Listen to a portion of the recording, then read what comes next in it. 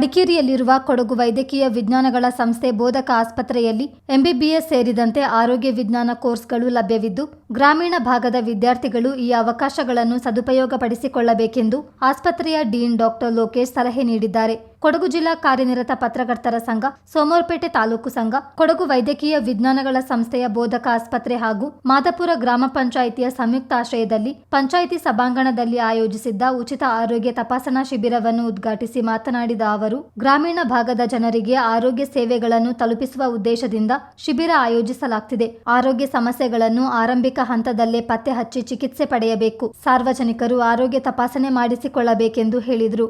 ಸರ್ಕಾರದ ವತಿಯಿಂದ ಮತ್ತು ಮಾನ್ಯ ಶಾಸಕರ ಸಹಕಾರದೊಂದಿಗೆ ಇದು ಕಂಟಿನ್ಯೂಸ್ಲಿ ಇಂಪ್ರೂವ್ಮೆಂಟ್ ಆಗ್ತಾ ಇದೆ. ಕ್ಯಾತ್ ಲ್ಯಾಬ್ ಕೂಡ ಶಾರ್ಟ್ ಒಂದು 10 or 15 ಡೇಸಲ್ಲಿ ನಾವು ಶಾರ್ಟ್ ಸ್ಕ್ಯಾನಿಂಗ್ ಕೂಡ ಇಲ್ಲಿ ಮಾಡ್ತೀವಿ. ನಮ್ಮಲ್ಲಿ ನಮ್ಮದೇ ಇರಲಿಲ್ಲ. ಆಮೇಲೆ ಡಯಾಲಿಸಿಸ್ ಕೇಂದ್ರ ಇದೆ, MRI ಸ್ಕ್ಯಾನ್, ಅದೆಲ್ಲ ತಮಗೆ ಗೊತ್ತೇ ಇದೆ.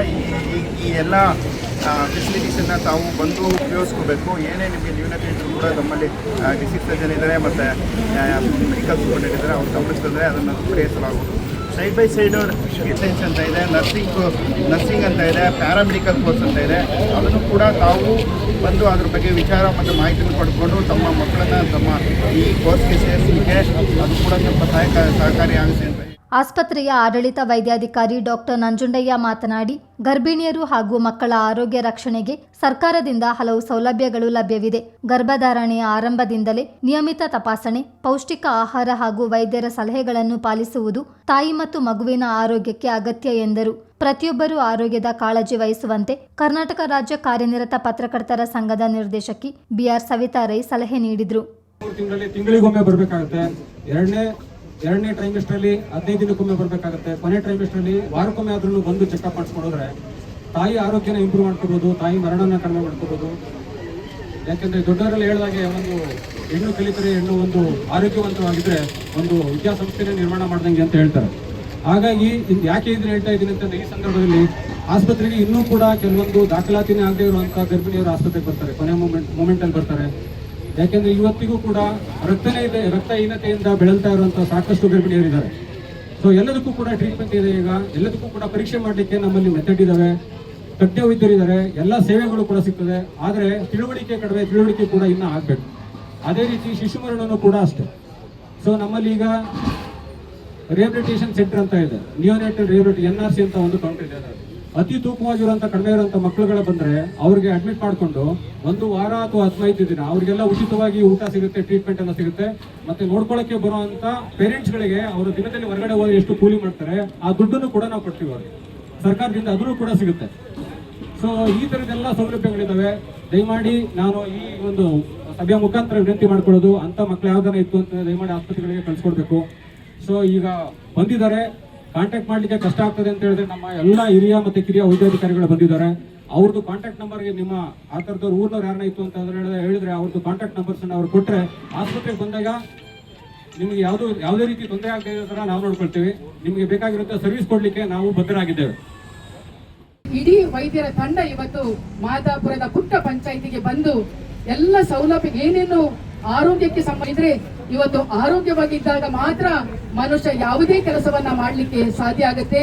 ಆರೋಗ್ಯವನ್ನ ಕಳ್ಕೊಂಡ್ರೆ ಏನನ್ನೂ ಮಾಡ್ಲಿಕ್ಕೆ ಆಗಲ್ಲ. ಅದು ಕಳೆಯೋಕ್ಕಿಂತ ಮುಂಚೆ ನಾವು ಎಚ್ಚರಿಕೆಯನ್ನು ವಹಿಸಿಕೊಳ್ಳುವಂತ ಅಗತ್ಯ ಇವತ್ತಿನ ನಿಟ್ಟಿನಲ್ಲಿ. ಹಾಗಾಗಿ ಇಲ್ಲಿ ಎಲ್ಲ ರೀತಿಯ ನೆರವನ್ನ ಡಾಕ್ಟರ್ಗಳು ಮಾಹಿತಿಯನ್ನ ತಮಗೆ ನೀಡ್ತಾ ಇದ್ದಾರೆ. ಜೊತೆಗೆ ರಕ್ತದಾನವನ್ನ ಕೊಡುವಂಥದ್ದು, ದೇಹವನ್ನ ದಾನ ಮಾಡುವಂಥದ್ದು. ಅದರ ಜೊತೆಗೆ ವಿಶೇಷವಾಗಿ ಕುಡಿಯುವ ನೀರು ನಿಮ್ಮ ಬಳಕೆಗೆ ಯೋಗ್ಯವಾಗಿದೆಯಾ ಅಥವಾ ಆ ನೀರಿನ ಬಳಕೆಯಿಂದ ನಿಮಗೇನಾದ್ರು ತೊಂದರೆ ಇದೆಯಾ ಅಂತ ಹೇಳೋದನ್ನ ಕೂಡ ಆ ಪರೀಕ್ಷೆಯನ್ನು ಕೂಡ ಇಲ್ಲಿ ಮಾಡ್ತಾ ಇದ್ದಾರೆ. ತಮ್ಮನ್ನ ವಿನಂತಿ ಮಾಡ್ತಾ ಇದ್ದೇನೆ, ತಾವು ಮನೆಯಿಂದ ಬರುವಾಗ ಒಂದು ಬಾಟಲ್ ನೀರನ್ನ ತೆಗೆದುಕೊಂಡು ಬರದಿದ್ದರೆ ಯಾರಿಗಾದ್ರೂ ಫೋನ್ ಮಾಡಿ. ಈ ಸುವರ್ಣ ಅವಕಾಶ, ಈ ಅವಕಾಶವನ್ನ ತಾವು ಕಳ್ಕೊಂಡ್ರೆ ಮತ್ತೆ ನಿಮಗೆ ಗೊತ್ತಿದೆ, ಜಿಲ್ಲಾಸ್ಪತ್ರೆಗೆ ಹೋದಾಗ ಎಷ್ಟು ಗಂಟೆ ನಾವು ಕಾಯಬೇಕು, ಎಷ್ಟು ನರಳಾಡಬೇಕು ಅಂತ ಹೇಳೋದು ನಮ್ಗೆಲ್ಲರಿಗೂ ಅನುಭವ. ಡಾಕ್ಟರ್ಸ್ಗಳು ಏನೇ ಹೇಳಿದ್ರು ಕೂಡ ಜಿಲ್ಲಾಸ್ಪತ್ರೆಯ ಒಳಗೆ ಹೋದಾಗ ಹಿಂದಿನ ಆ ನೆನಪುಗಳು ಮತ್ತೆ ನಮಗೆ ಬರಬಾರ್ದು ಅಂತ ಹೇಳುವಂಥದ್ದು ಬಹಳ ದೊಡ್ಡ ಯೋಚನೆಯಲ್ಲಿ ಡೀನ್ ಸರ್ ಹೇಳ್ತಾ ಇದ್ರು. ಎಲ್ಲರೂ ಬರಬೇಕು ಸರ್ಕಾರಿ ಆಸ್ಪತ್ರೆ ಅಂತ. ನಾವ್ ಯಾಕೆ ಖಾಸಗಿ ಅಂತ ಹೋಗ್ತೇವೆ ಅಂತ ಹೇಳಿದ್ರೆ ಆ ಚಿಕಿತ್ಸೆಗಳು ಅಷ್ಟು ಚೆನ್ನಾಗಿರುತ್ತೆ ಅಂತ ಇಲ್ಲ. ಇವತ್ತು ಬಹುಶಃ ಜಿಲ್ಲಾಸ್ಪತ್ರೆ, ಮಡಿಕೇರಿಯ ಜಿಲ್ಲಾಸ್ಪತ್ರೆಯಲ್ಲಿ ಖಾಸಗಿ ಆಸ್ಪತ್ರೆಯನ್ನು ಮೀರಿಸುವಂತ ಚಿಕಿತ್ಸೆ ಸಿಗ್ತಾ ಇದೆ ಅಂತ ಹೇಳೋದನ್ನ ಬಹಳ ಹೆಮ್ಮೆಯಿಂದ ಹೇಳ್ತಾ ಇದ್ದೇನೆ. ಯಾಕೆ ಅಂತ ಹೇಳಿದ್ರೆ ನಮಗೆ ಎಲ್ಲಿಯೂ ಕೂಡ ಆ ರೀತಿಯ ನೆರವು ಸಿಗಲ್ಲ. ಮೆಡಿಕಲ್ ಕಾಲೇಜ್ ಆದಾಗ ಸಣ್ಣ ಕಿರಿಕಿರಿ ನಮಗೆ ಇರುತ್ತೆ, ಸ್ಟೂಡೆಂಟ್ಸ್ ಗಳು ಬರುತ್ತಾರೆ, ನೋಡ್ತಾರೆ, ಡಾಕ್ಟರ್ಸ್ಗೆ ಫೋನ್ ಮಾಡ್ತಾರೆ, ಈ ಕಿರಿಕಿರಿಗಳನ್ನ ಅನುಭವಿಸಿದ್ರು ಕೂಡ ನುರಿತ ವೈದ್ಯರ ತಂಡ ನಮ್ಮನ್ನ ಅಲ್ಲಿ ನೋಡುತ್ತೆ. ಹಾಗಾಗಿ ಧೈರ್ಯದಿಂದ ಎಲ್ಲರೂ ಬರ್ಬೋದು.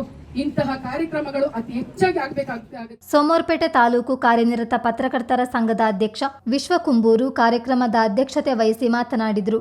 ಅಥವಾ BP ಶುಗರ್ ಅನ್ನೋದು, ಆದರೆ ಇಲ್ಲಿ ಸಾಧಾರಣ ಒಂದು 40ರಿಂದ 50 ಜನ ಡಾಕ್ಟರ್ಗಳು ಬಂದಿದ್ದಾರೆ. ಎಲ್ಲ ರೀತಿ ತಪಾಸಣೆಗಳು ಇಲ್ಲಿ ನಡೀತಾರೆ.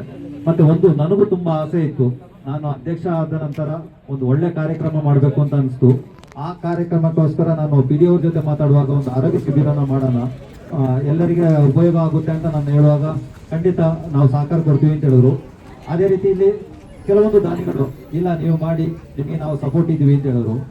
ಆ ಒಂದು ಕಾರಣಕ್ಕೋಸ್ಕರ ಮಾಡೋಣ ಅಂತ ಹೊರಟ್ವಿ. ಆದರೆ ಇವತ್ತು ತುಂಬಾ ಖುಷಿ ಆಯ್ತು. ಕಾರಣ ವೇದಿಕೆಯಲ್ಲಿ ತಾಲೂಕ್ ಪಂಚಾಯಿತಿ ಕಾರ್ಯನಿರ್ವಹಣಾಧಿಕಾರಿ ಪರಮೇಶ್ ಕುಮಾರ್, ಪಂಚಾಯಿತಿ ಆಡಳಿತಾಧಿಕಾರಿ ಹೇಮಂತ್, PDO ರವಿ, ಕರವೇ ಅಧ್ಯಕ್ಷ ನಾಗಂಡ ಬಬಿನ್ ಉಪಸ್ಥಿತರಿದ್ದರು. ಶಿಬಿರದಲ್ಲಿ ಸಾಮಾನ್ಯ ಆರೋಗ್ಯ ತಪಾಸಣೆ, ರಕ್ತದೊತ್ತಡ, ಮಧುಮೇಹ, ಮಹಿಳಾ ಮತ್ತು ಮಕ್ಕಳ ಆರೋಗ್ಯ ತಪಾಸಣೆ, ಕೀಲು, ನೇತ್ರ, ಮಾನಸಿಕ, ಚರ್ಮ ಸರ್ಜರಿ ಸೇರಿದಂತೆ ವಿವಿಧ ಸೇವೆಗಳನ್ನು ಒದಗಿಸಲಾಯಿತು. ವೈದ್ಯರು ಸಾರ್ವಜನಿಕರ ಆರೋಗ್ಯ ಸಮಸ್ಯೆಗಳನ್ನು ಆಲಿಸಿ ಅಗತ್ಯ ಸಲಹೆ ನೀಡಿದರು.